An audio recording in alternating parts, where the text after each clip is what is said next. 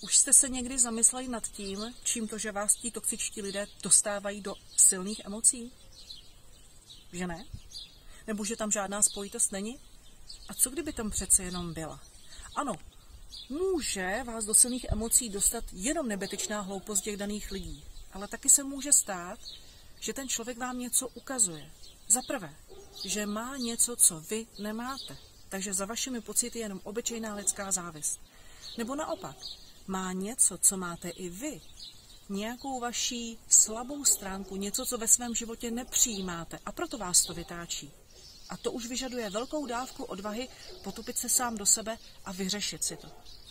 A nebo je tam další možnost, vaše nízké sebevědomí, protože právě v té chvíli přitahujete ti, kteří si na vás můžou něco dokázat.